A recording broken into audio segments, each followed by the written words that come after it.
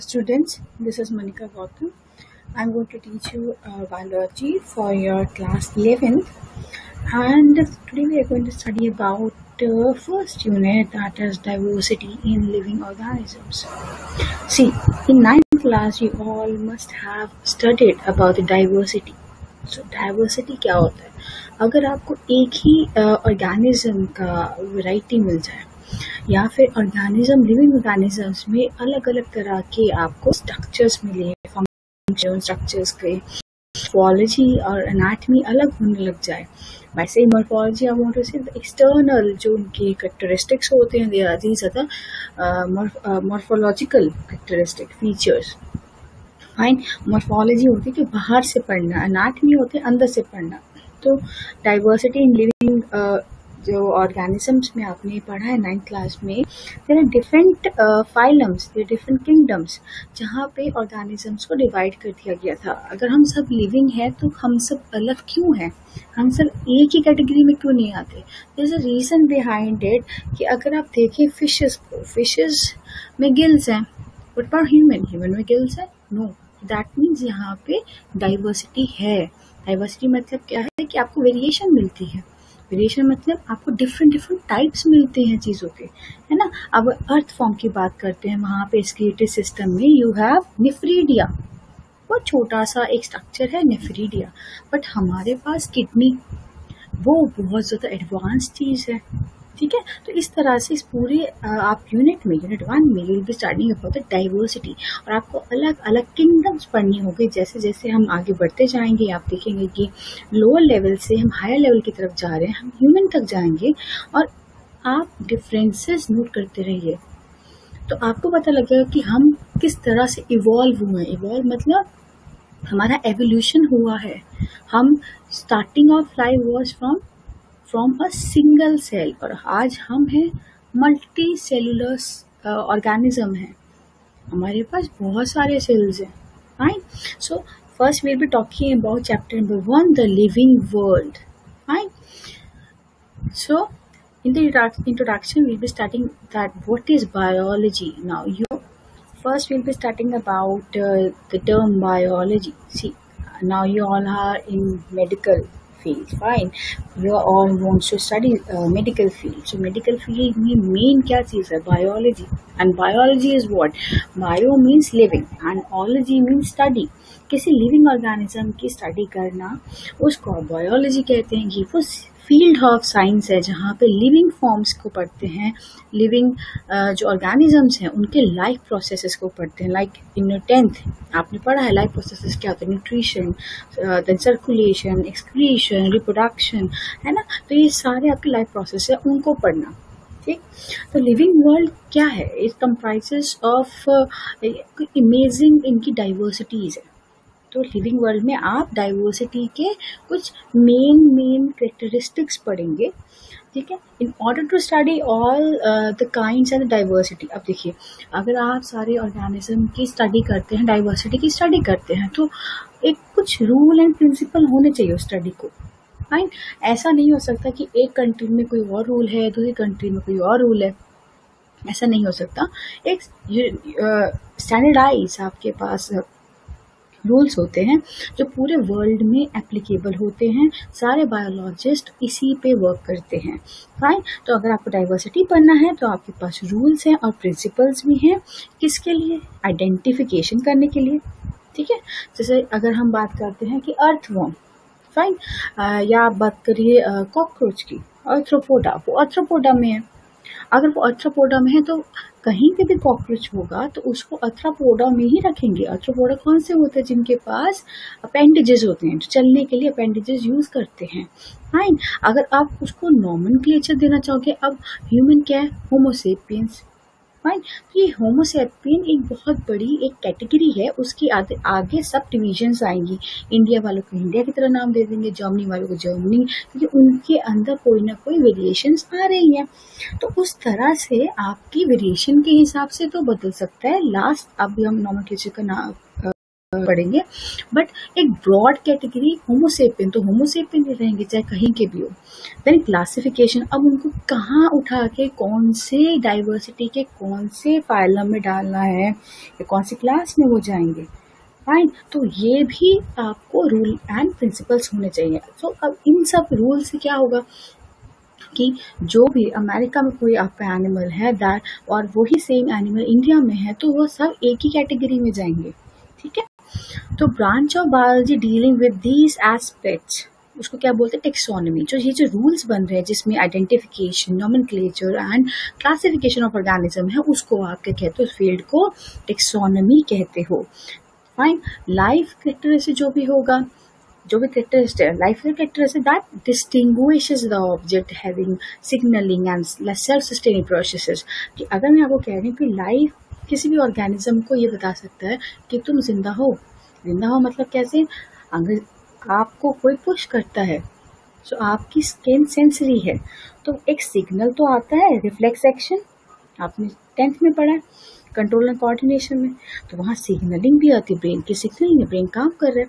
Self sustaining, हम खुद को सस्टेन करवा रहे हैं, बॉडी खुद को सस्टेन करवाती है, अपनी एनर्जी की प्रोडक्शन करवाती है, ठीक है। इधर बिकॉज ऑफ सच आपके जो फंक्शन है, ठीक है, अगर दोस्त डू नोट, मतलब अगर ये फंक्शन नहीं होगा तो क्या होगा, डेथ। आपका जो ऑर्गेनिज्म होगा वो नहीं होगा। अगर ये फंक्शन सीज्ड हो गए, सीज मतलब रुक गए, तो क्या होगा, डेथ होगी।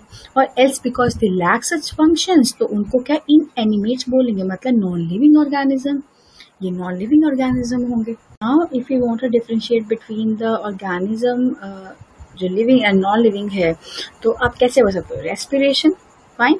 आपका लिविंग ऑर्गेनिज्म रेस्पिरेशन करके आपका एटीपी बनाता है, फाइन। आपने इसको लाइफ प्रोसेसर में पढ़ा है, पर नॉन लिविंग तो नहीं होगा क्योंकि इसका माइटोकॉन्ड्रिया तो काम नहीं करेगा, उसका सर्कुलेटरी सिस्टम, उसकी डबल सर्कुलेशन के थ्रू उसमें ऑक्सीजन नहीं आने वाली है। ऑक्सीजन नहीं आएगी तो सेल के पास कैसे आएगी और माइटोकॉन्ड्रिया में कैसे जाएगी, और कैसे आपका एरोबिक रेस्पिरेशन का पार्ट होगा और वहाँ पे एटीपी बनेगी, ये सब उसके पास सिस्टम नहीं है, लिविंग ऑर्गेनिज्म के पास है।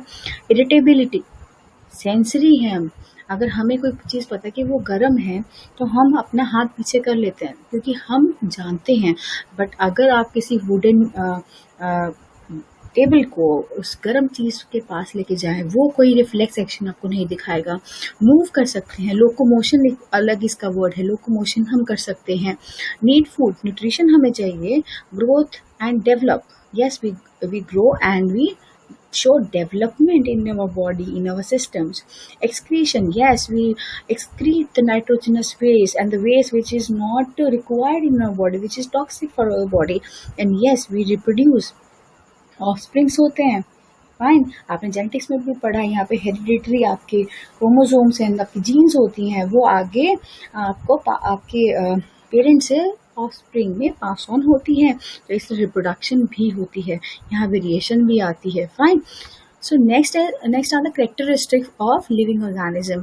अब इसमें क्या है कि आप ग्रोथ दिखाएंगे, ठीक है, आप रिप्रोडक्शन दिखाएंगे, मेटाबॉलिज्म होगा, वहाँ पे आपकी सेलुलर ऑर्गेनाइजेशन होगी, कॉन्शियसनेस होगा, सेलुलर ऑर्गेनाइजेशन होगा, ठीक है।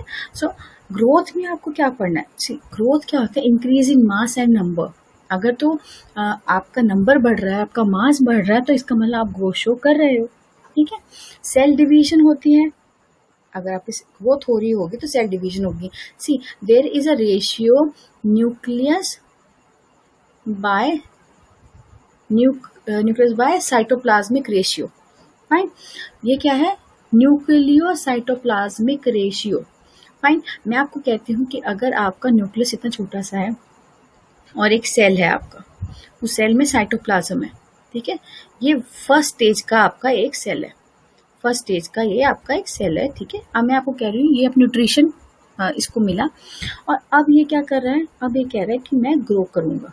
ग्रो करने के बाद क्या होगा बेटा, ये साइज बड़ा हुआ, but nucleus is still the same. ये सेकेंड टाइप आपका, सेकेंड फेज का आपका बना ये सेल, ठीक है। तो मैंने बोला कि आपका पहले तो ये था साइज, और अब आपने न्यूट्रिशन करके खाना आपके पास ज़्यादा आ गया, आप एक्टिविटी ज़्यादा करो, रेस्पिरेशन ज़्यादा करो, एटीपी ज़्यादा बना रहे हो, लेकिन न्यूक्लियस तो उतना उतना है। अब न्यूक्लियस हमें पता है मास्टर है आपके सेल का, मास्टर कह रहा है कि इतना बर्डन मैं कैसे लूँ, कि मुझे तो कंट्रोल करना है। डीएनए तो यहीं बैठा है, प्रोटीन सिंथेसिस की सारी जो शुरुआत होनी है वो कहाँ से होनी है, न्यूक्लियस से। न्यूक्लियस सारी इन्फॉर्मेशन भेजता है कि ये प्रोटीन बनाओ, तो कितना बनाएगा, साइज बढ़ेगा तो प्रोटीन की जो रिक्वायरमेंट है वो भी तो बढ़ेगी ना। तो क्या होगा, ये आपका न्यूक्लियस सिग्नल भेजेगा, I can't handle this much size, so let's divide, है ना। तो वहां पे क्या होगा, आपकी ग्रोथ होने के बाद वहां पे क्या होएगा, आपके 2 सेल बनेंगे, ठीक है। वापस आपको कैसे मिलेंगे, थर्ड स्टेप में you will get 2 daughter cells. वो डॉटर सेल्स कैसे होंगे, वही जो फर्स्ट टाइप का आपका सेल शुरू हुआ था। अब ये फिर से अपना न्यूट्रिशन करेंगे, एक्टिविटी करेंगे, ये बड़े हो जाएंगे, और न्यूक्लियो साइटोप्लाज्मिक रेशियो, मतलब जो न्यूक्लियस और साइटोप्लाज्मिक रेशियो ये आपका हमेशा 1 होना चाहिए। अगर 1 से डिस्टर्ब होगा तो आपकी सेल डिवीजन होगी। अगर आप ज़रूरत से ज़्यादा ग्रोथ दिखा रहे हैं, ग्रोथ बहुत ज़्यादा होगी, अगर कम मास बढ़ रहा है तो वहाँ पे डिवीजन होगी ही होगी। Fine. So plant division occur continuously animal certain age. Fine. Plant जो होते हैं, इतने बड़े बड़े ट्रीज होते हैं, वो तो कॉन्टिन्यूसली डिवाइड करते रहते हैं।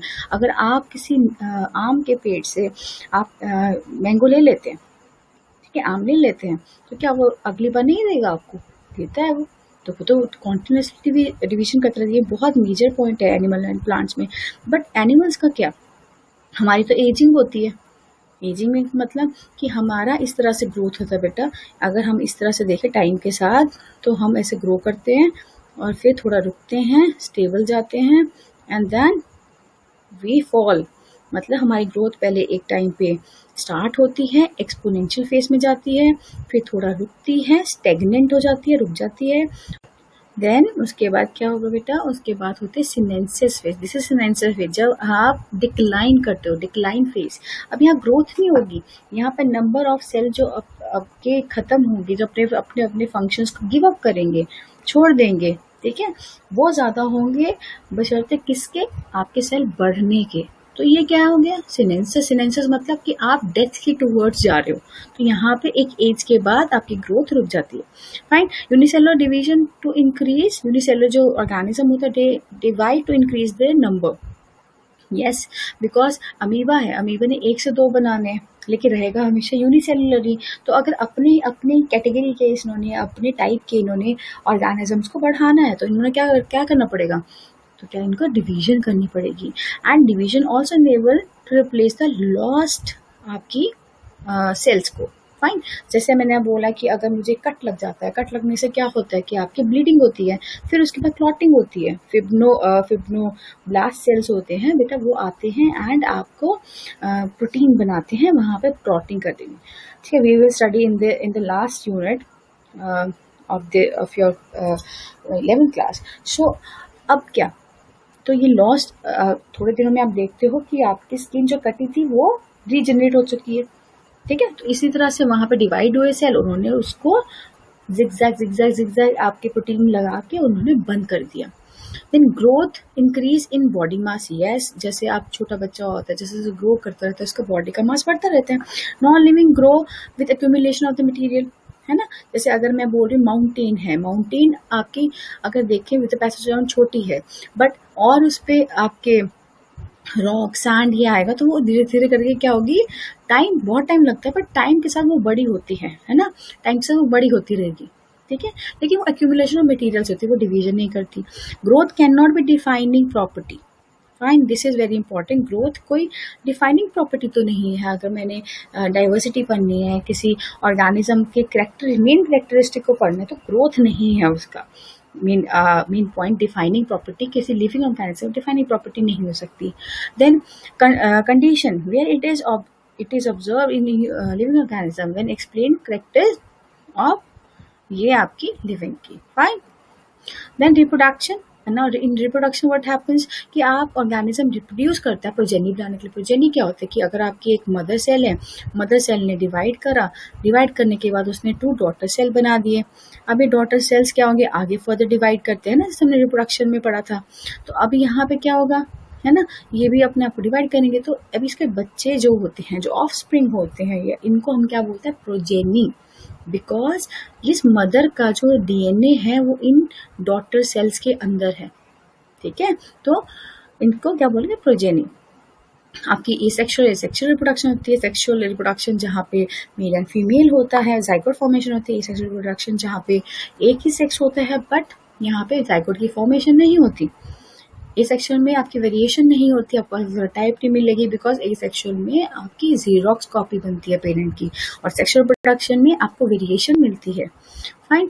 Unicellular organism like amoeba, bacteria, Chlamydomonas, आप इन सबको इस यूनिट में पढ़ेंगे डिटेल में। फाइन। ये मल्टीप्लाई करते हैं, इंक्रीज इन नंबर, ठीक है, ये अपने आप मल्टीप्लाई करते हैं, और अपना यूनिसेलुलर ऑर्गेनिज्म जब हमने पहले पढ़ा ग्रोथ में कि ये डिवाइड करते हैं और अपना नंबर बढ़ाते हैं, तो ये क्वेश्चन नीट में आया हुआ है बेटा, ठीक है। तो यूनिसेलुलर ऑर्गेनिज्म जो होते हैं वो उनके डिवीजन को ही, उनकी रिप्रोडक्शन को ही हम ग्रोथ कहते हैं, या ग्रोथ को ही रिप्रोडक्शन कहते हैं, बिकॉज उनका काम ही है कि डिवाइड करना, नंबर बढ़ाना। पैरासाइट जो होते हैं वो अपने आप को डिवाइड करते हैं और जल्दी जल्दी स्प्रेड हो जाते हैं, बिकॉज उनके पास because of great and many asexual spores है। एसेक्सुअल तरह से बनाते हैं, स्पोर्स बनाते हैं, और वो स्पोर्स अपने अपने आप को जर्मिनेट करते हैं और वो ग्रो करके फिर से पैरासाइट बन जाते हैं।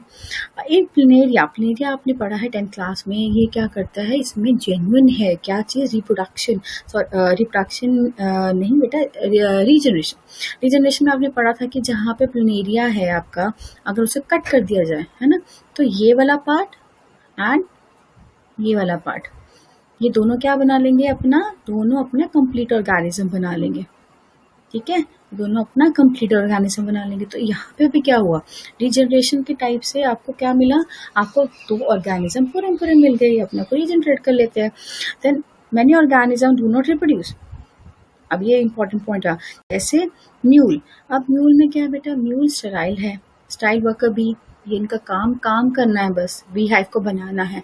इनफर्टाइल ह्यूमन, अब ह्यूमन इनफर्टाइल कौन से कपल्स जो ऑफस्प्रिंग को प्रोड्यूस नहीं कर सकते हैं, उनकी या तो स्पर्म काउंट में प्रॉब्लम है, या एग में प्रॉब्लम है, फाइन, या फेलोपियन ट्यूब में प्रॉब्लम है, या हार्मोनल इम्बैलेंस है। तो अगर उनका क्या, वो भी तो रिप्रोड्यूस कर रहे हैं ना, उनके पास भी उनके पूरे सिस्टम्स हैं, बट स्टिल वो स्टेराइल है।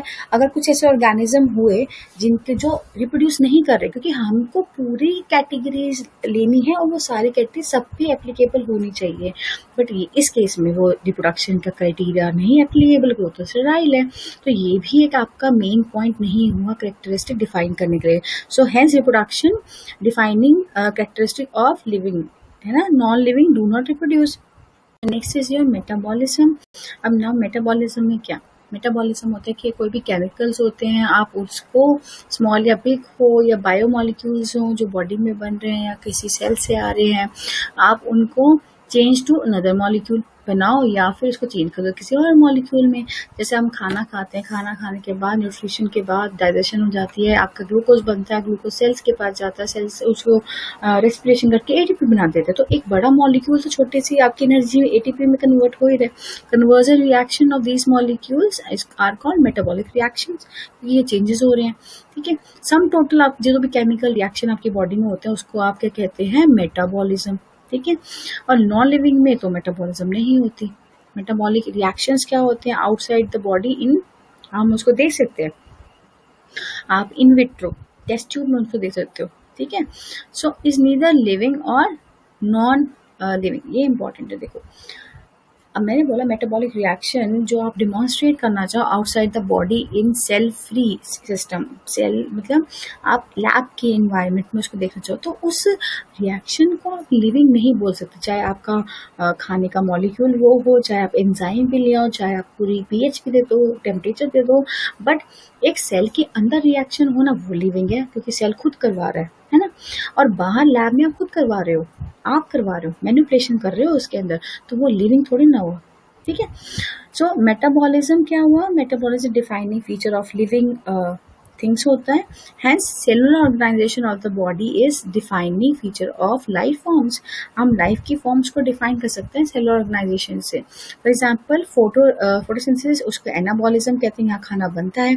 सेलुलर रेस्पिरेशन उसको कैटाबॉलिज्म कहते हैं, यहाँ खाना टूटता है। फाइन। सो कॉन्शियसनेस, कॉन्शियसनेस क्या होता है? सेंस आपको कि आपके आसपास क्या है, आपका इन्वायरमेंट कैसा है, फिजिकल, केमिकल, बायोलॉजिकल, या आपकी क्या इन्वायरमेंट है, आप इनको सेंस करते हो। ऑर्गन्स होते हैं और ऑर्गन्स के ये सेंसरी ऑर्गन से सेंस कर सकते हैं चीज़ों को। तो प्लांट लाइट को सेंस करता है, वाटर को रूट सेंस करती है, टेम्परेचर, ट्रांसपीरेशन होती है यहाँ पे भी। ऑर्गेनिज्म और आसपास भी ऑर्गेनिज्म आता है, for example touch me not, वो सेंस कर लेता है। ठीक है। एंड अगर हम देखें तो आपका पॉलिनेशन के अंदर भी ऑर्गेनिज्म सेंस कर लेते हैं आपके नेक्टर को। ठीक है। जो इंसेक्ट्स होते हैं, प्लूटेंट भी देखो, अब लाइकेंस था, लाइकेंस पोल्यूटेंट इंडिकेटर है, हमने पढ़ा है 10th क्लास में। Then photoperiod influence reproduction, seasonal breeders होते हैं जो सीजन बेस्ड होते हैं। फाइन। तो ह्यूमन अवेयर ऑफ हिमसेल्फ, ठीक है, आप जानते हैं कि आपको कब दर्द होता है, कब आपको अच्छा लगता है, तो ये सेल्फ कॉन्शियसनेस है। Human are self conscious, we know what we want, है ना। Consciousness defining property of the living organism, और ये नॉन लिविंग में नहीं होती है। फाइन। सेलुलर ऑर्गेनाइजेशन ना यूनिसेलुलर हो सकता है या वो मल्टीसेलुलर हो सकता है। अगर यूनिसेलुलर हुआ तो ग्रोथ दिखाएगा, इस अपने आप को डिवाइड करेगा, उसी को वो रिप्रोडक्शन भी कहता है। मल्टीसेलुलर क्या होता है बेटा? ये डिवीजन ऑफ लेबर आता है इनके अंदर। आप सबको एग्जाम्पल पता है, बैक्टीरिया आ गया यहाँ पे, आपको क्लोमाइडोमोनास आ गया है, अमीबा आ गया है, पैरामीशियम आ गया है। बट इन मल्टीसेलुलर में आपके कितने सारे ऑर्गेनिजम्स हैं। ठीक है। तो आप इस पूरी यूनिट में इन सबको बहुत डिटेल में पढ़ने वाले हैं। नेक्स्ट इज जो लाइफ स्पैन। अब लाइफ स्पैन क्या है कि कोई भी लिविंग ऑर्गेनिज्म होगी उसका एक डेफिनेट टाइम है। ठीक है। मैंने आपको अभी एक चीज बताई थी ना कि जहाँ पे एक ग्राफ में हमने देखा कि इस तरह से ग्रोथ जाती है और उसके बाद डिक्लाइन, एजिंग हो जाती है एंड द डिक्लाइन। ठीक है। एंड डेथ होती है। तो ये अगर आपका पूरा स्पैन है, ये आप उसको बोलते हो, या अगर मैं यहाँ के बोलती हूँ इसको एक्सिस को टच कर जाती है, तो ये आपका क्या हुआ? ये पूरा लाइफ स्पैन हो गया। ठीक है। जितने ईयर एक इंसान जिया, उसने अपने लाइफ प्रोसेसेस करे, रिप्रोडक्शन, लोकोमोशन, सब कुछ करा। ठीक है।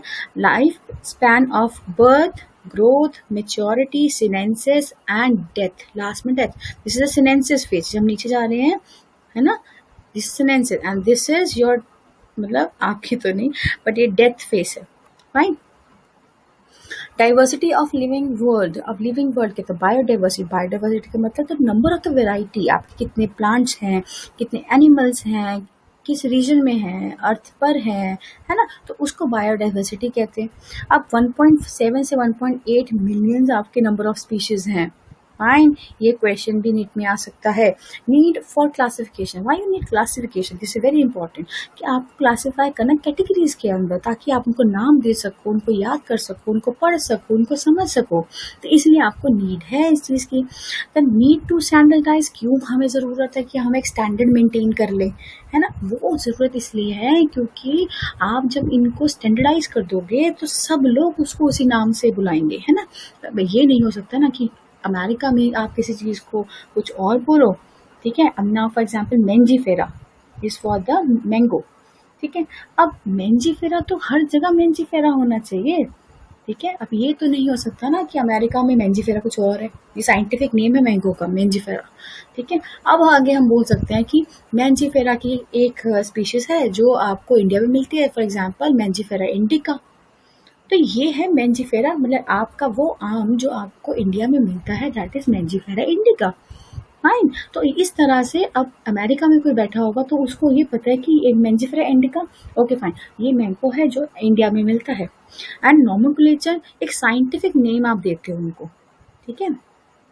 प्लांट्स को बेस्ड ऑन, प्लांट्स के लिए बेस्ड ऑन द प्रिंसिपल और क्राइटेरिया ऑफ ICBN, ये नीट के क्वेश्चंस हैं। जैसे ICBN मतलब international code for botanical nomenclature. Botanical मतलब आपकी बॉटनी, मतलब प्लांट्स। देन एनिमल, ICZN मतलब international code for, international code of, या आपका जूलॉजिकल नोमेनक्लेचर, zoological मतलब आपके एनिमल्स. साइंटिफिक नेम्स आपको क्या इंश्योर करते हैं? वो इंश्योर यही करते हैं, जैसा टोल्ड यू, कि each organism has only one name. Fine. So here I'm closing my first lecture. You all revise and we'll meet soon. Thank you.